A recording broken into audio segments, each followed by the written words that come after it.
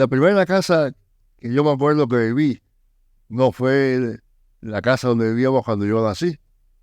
Era una casona grande, me acuerdo la dirección todavía, calle Manrique número 909, casi en el centro mismo de La Habana, las aceras estrechitas. Nosotros vivíamos en Los Altos, en el segundo piso de una mueblería.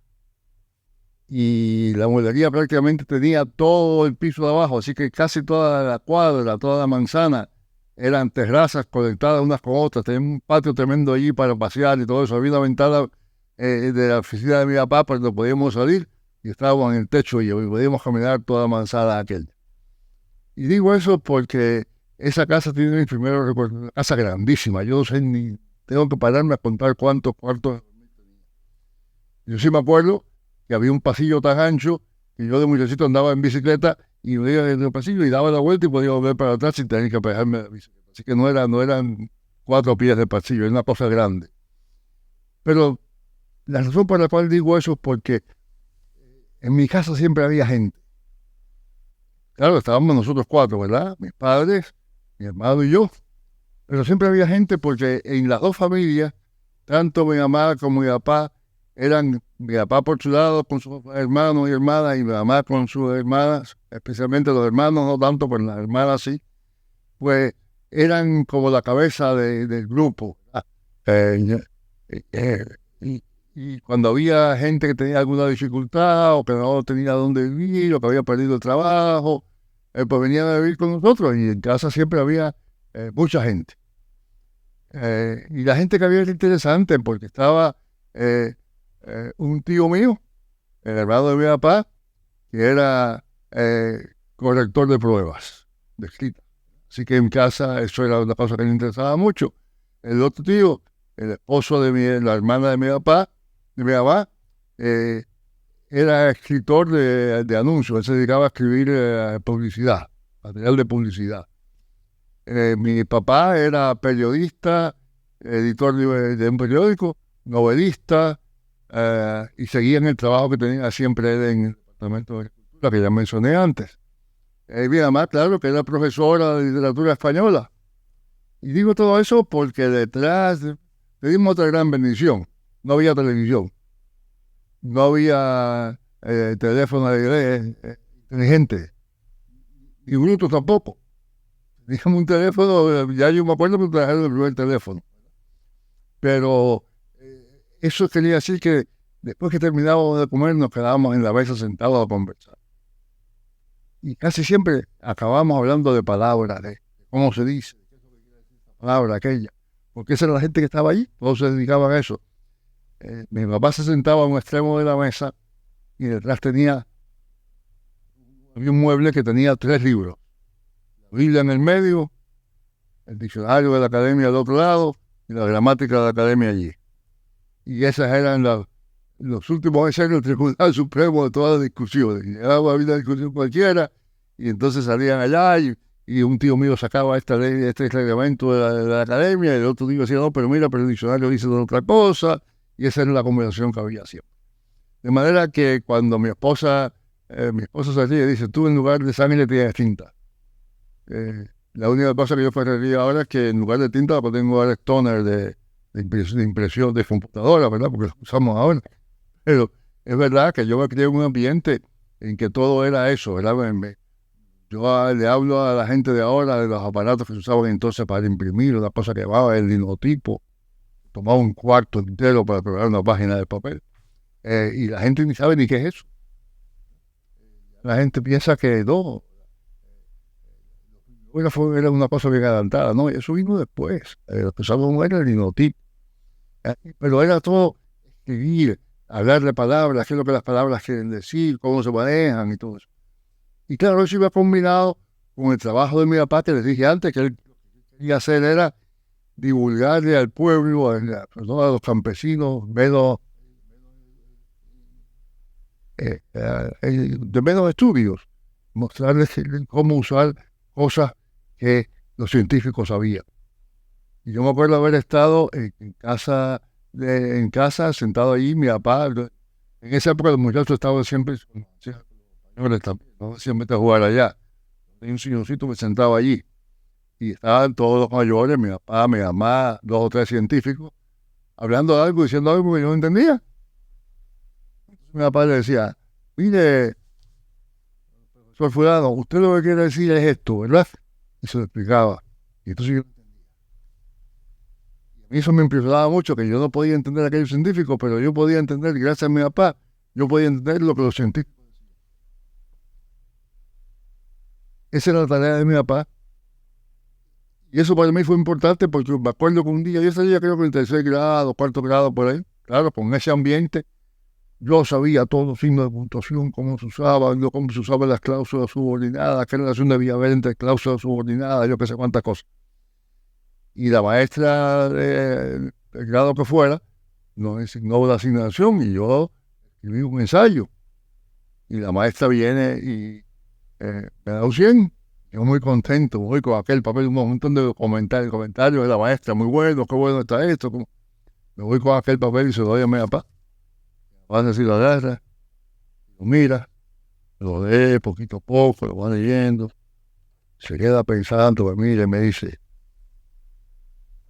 ¿qué tú querías decir? Y yo se lo expliqué y me dice, ¿y por qué no lo dijiste? Claro, que yo para mí fue un cubo de agua fría, pero fue una decisión importante, ¿verdad? Y yo estaba escribiendo para impresionar a mi maestra y no para decir lo que yo quería decir, que la gente supiera. Y eso para mí hasta el día de hoy me queda. Escribir no, me han enseñado en la escuela, no me enseñan a escribir mal, me enseñan a escribir para impresionar a la gente, en lugar de escribir para darle, para que la gente entienda. Claro, ese es el trabajo de mi papá, ¿verdad? Yo veía todos los días, hay un montón de gente hablando de las plantas medicinales de Cuba y dando el nombre científico, yo qué sé lo que quería decir. Mi papá decía, ¿tú quieres decir el bejuco tal? Sí, bueno, pues eso lo voy a poder, y entonces, ¿cómo se maneja, cómo se utiliza el maíz, por ejemplo, y cómo se puede hacer eso en la finca local? No tienes una cosa grande, una... Mi papá iba explicando, iba aprendiendo eso, tomando notas, y eso es lo que...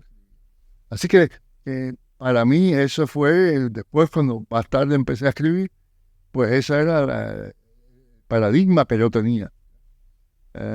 Y a veces por exigencia de los profesores, tenía que subirle un poquito el tono a las cosas, porque si no, casi que no respetaba lo que uno estaba diciendo, aunque fuera lo mismo.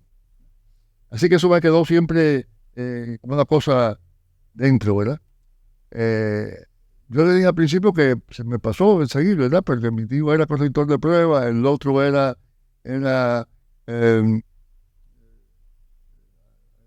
escritor de anuncios y demás.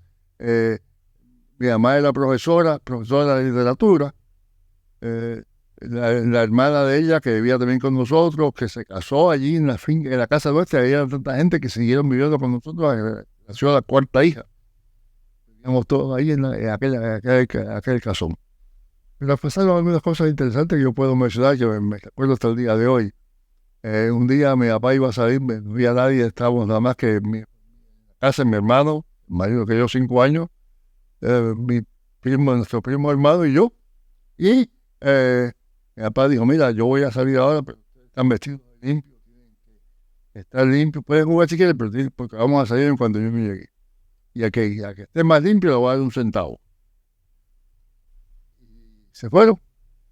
Estamos sentados ahí en la escalera que bajaba, que la puerta que es la ventana aquella que nosotros usábamos para ir a la azotea. Y la azotea había espacio para jugar, se podía tirar la pelota, jugar. Y poco a poco nos fuimos entusiasmando a aquello, pero había que tener cuidado. Mi hermano, más inteligente porque era mayor, se fue por un momento y volvió con los pantalones al revés. La parte de adentro para afuera. Y yo me quedé mirando. Poco rato me fui para allá. No había hecho, no se quita la ropa, tiene que estar vestido con lo que ustedes tienen ahora. Fui para allá, para otro lado, y como lo que se me ocurrió fue ponerme otros pantalones encima de lo que él tenía, de lo que yo tenía. Y mi primo, que era el bueno, se quedó sentadito allí, sentado. Y nosotros correteando, jugando, tirándonos por el hollín, porque en esa época todo el mundo cocinaba con carbón, así que había una cantidad, había un montoncito de hollín en todas las esquinas de aquella azotea. Nosotros jugando por ahí, corriendo por acá, para allá, yo qué sé qué. y había agua y los jeans estaban bien. Oímos a mi papá que estaba llegando. Y mi hermano sale corriendo y se cambia el pantalón. Cuando sale ve que el jeans había pasado y estaba tan prieto como estaba antes por dentro. Yo fui y me quité el pantalón que tenía encima y era otra vez otro montón de hollín, y mi primo sentadito, muy tranquilito, muy cumplidor, ¿verdad? Siempre era buena gente. Y viene mi papá y hace así, y le dice, Carlos, tú te has portado muy bien, mira, aquí tienes tu centavo. Y ustedes no hicieron tan bien, pero mira, aquí tienes su centavo también. Y para mí eso fue una parábola de gracia, que esa es la gracia de Dios. Primo era el bueno y Dios lo quiso. Nosotros no hicimos también, pero Dios lo quiso también. No porque fuéramos hijos de él, sino porque eso era lo que quería hacer, que nos sintiéramos bien. Y para mí eso fue otra de esos momentos que claro, hablo de la gracia de Dios y yo estoy pensando en un Dios que nos da el centavito al que se quedó limpiecito y al que se embarró con... Otra cosa que para mí fue un gran valor es que mi hermano era mayor que yo. Déjame decirle, mi hermano era inteligente. Mi hermano tenía un cerebro. Mi hermano era mayor que yo. Y una de las cosas que yo hacíamos juntos, era que estudiábamos juntos. Y yo tenía que preguntarle a él lo que decían los libros de él, para ver si él lo sabía. Y quiere decir que yo tenía que leer los libros de él, y él tenía 5 años más que yo. Así que yo estaba leyendo cosas que no eran de mi grado, pero tenía que entenderlas, y para que él me pudiera demostrar que las sabía. Y entonces él me las preguntaba a mí, claro, yo las sabía, la estudiaba también y se las decía, pero eso, él en realidad no se aprovechaba de lo mío, para él lo que hacía conmigo era volver a cosas que se sabía ya de pasada 20,000 veces, no, él era el maestro. Pero yo, leyendo junto a él alguna cosa que él tenía que saber, pues de momento la aprendía. Yo no sé cómo fue, pero la aprendí. Y eso para mí fue una gran bendición porque a pesar de ser menor que él, ser hermano, él me enseñó muchas cosas. Yo aprendí muchas cosas de él. Él explicándome las cosas que estaba estudiando, por qué cosas los productos químicos funcionaban de esta manera, aquella, ese tipo de cosas. Déjame añadir quizá, porque esto vale la pena, 2 o 3 otras experiencias que me formaron de muchacho, ¿verdad? Había 2 lugares que para nosotros eran lugares de descanso. Uno de ellos la finca, ya he mencionado la finca varias veces. En la finca mis padres hicieron una casita allí, una casucha, que poco a poco fue creciendo hasta que llegó el momento que las Nochebuenas allí había 20, 25 personas, pero bueno, pero empezó con una casita. Y la finca para mí era un lugar de asueto. Yo toda la vida cuando era joven yo decía que yo quiero ser ingeniero agrónomo. Mis padres querían que yo estudiara, yo quería ser campesino. Y la única combinación que yo veía era cómo yo hago la finca junto con lo que mis padres quieren que estudie, pues voy a estudiar agronomía. Eso después, claro, cambió. Pero la otra cosa, el campamento de verano. Mis padres, nosotros no éramos ni ricos ni clase media, éramos bastante menos que eso. Pero mi mamá era directora de una escuela de lo que en algunos países llaman niños bien. Eran muchachos que eran hijos de ejecutivos de corporaciones, muchos de ellos hijos de ejecutivos de corporaciones norteamericanas o británicas, gente de dinero, y nosotros podíamos estudiar en esa iglesia porque la mamá era la directora y estudiábamos gratis, no podíamos. Pero eso quiere decir varias cosas. Quiere decir, primera cosa, que como había tantos estudiantes, niños, que yo era en inglés, pues y las clases eran escucho decir, la escuela era bilingüe, por la mañana todo en español y por la tarde todo en inglés.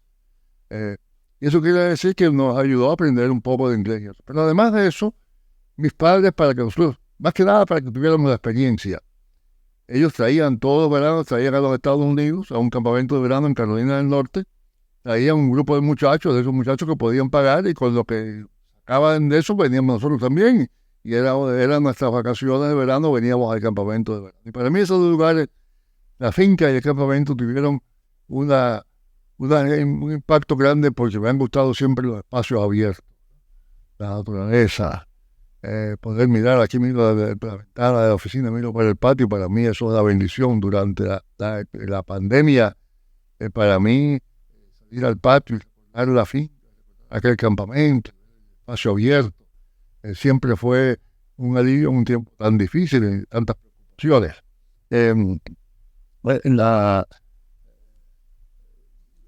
La escuela misma en que estudiamos era, le digo, yo aprendí español, inglés desde muchachito, y ya cuando entré al tercer grado empezamos a estudiar francés. Era que ya salir a terminar la escuela primaria, pues teníamos una facilidad que nos ayudó después tanto a mi hermano como a mí en los estudios. La otra experiencia, tuve una experiencia muy interesante. Otra fue cuando ya en el último año de escuela superior, el maestro de filosofía iba a hablar a un programa que había por radio que se llamaba La Universidad del Aire. Y me dijo, voy a hablar sobre el filósofo tal, Descartes, voy a hablar sobre René Descartes y quiero que la clase sea en diálogo contigo. Y nos fuimos allá a la estación de radio y yo estaba conversando con el profesor de filosofía y para mí eso fue un impacto tremendo porque después me encontraba gente que me conocía, me dice, mira, yo vi de radio y de esto. Me dio un impacto de querer seguir estudiando. Y la otra cosa que pasó, que me afectó también en otras cosas, fue, bueno, otras cositas. Una cosita fue que un día yo estaba en la escuela nuestra, que había como 1000 estudiantes, había 2 o 3 protestantes. Todos nos ponían apodo. Yo era Calvino. Mira, viene Calvino, Calvino, ven acá, Calvino, P, C, yo, P. Y yo te estaba, claro, tratando de convencer a mis compañeros y compañeras de hablar del evangelio, yo qué sé qué. Y un buen día llegó un compañero, que por cierto después fue embajador de Cuba en Honduras, el gobierno de Fidel Castro, Honduras. Él era de fuertes tendencias marxistas. Y llegó él con un Nuevo Testamento, con un montón de papelitos dentro, y empezó a leer todos los episodios donde Jesús alimenta a la multitud. Y cuando termina de leer aquello, me dice, mira, dime una cosa ahora. ¿Con cuántos panes y cuántos peces alimentó Jesús a cuánta gente y cuánto quedó? Y yo me quedé calladito, porque una vez son 10.000, otra vez son 15.000, una vez son tantos panes y tantos peces, otra vez sobran 12 canastas, otra vez sobran 7. Es decir, y yo no sabía qué decirle. Y eso me ha llevado siempre a entender la importancia que tiene la perspectiva en cuanto a cómo se entiende la realidad. En un solo evento del cual testifican distintas personas, el testimonio no es exactamente el mismo. Y eso nos mete miedo, no puede ser verdad. Que eso nos mete miedo, que no puede ser verdad. Y sin embargo, lo que sucede es que en realidad ese testimonio diverso afirma más la realidad. Que si usted va a un juicio y se encuentra 5 testigos que todos dicen exactamente lo mismo, el juez dice que todos han comprado y que se vayan presos, porque son mentirosos. Pero si usted va a un juicio y hay 5 testigos que dicen lo mismo, pero de distinta manera y con distintos detalles, pues el juez los cree. Así que para mí eso fue un impacto, una cosa que tuvo un impacto grande. La otra cosa fue que yo nunca había pensado en enseñar, pero siempre me gustó el dinero. Me gustaba más antes que ahora. Me gustó el dinero. Y yo descubrí que los estudiantes, los compañeros míos, no entendían mucho de lo que se estaba diciendo, especialmente en matemáticas, física y química. Y cuando terminaban las clases, a las 4 de la tarde, nos quedábamos en el salón de clase. Yo tenía un grupo de estudiantes que me pagaba $5 al mes, que cada uno de esos era un montón de dinero en aquella época. Me pagaba $5 al mes para darle un día de la física, otro día de la química, otro día de la matemática, y así yo tenía más dinero que nadie.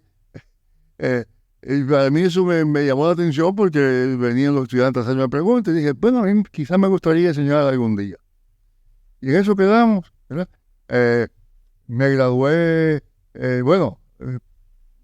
me gradué en el 54 de la escuela, de esa escuela, y unos pocos meses antes, un estudiante vino a verme, uno de los compañeros vino a verme. Yo había estado siempre en la iglesia, todo el mundo sabía que era en la iglesia, pero vino él y me dice, mira, tú dices que tú eres evangélico, ¿qué es eso?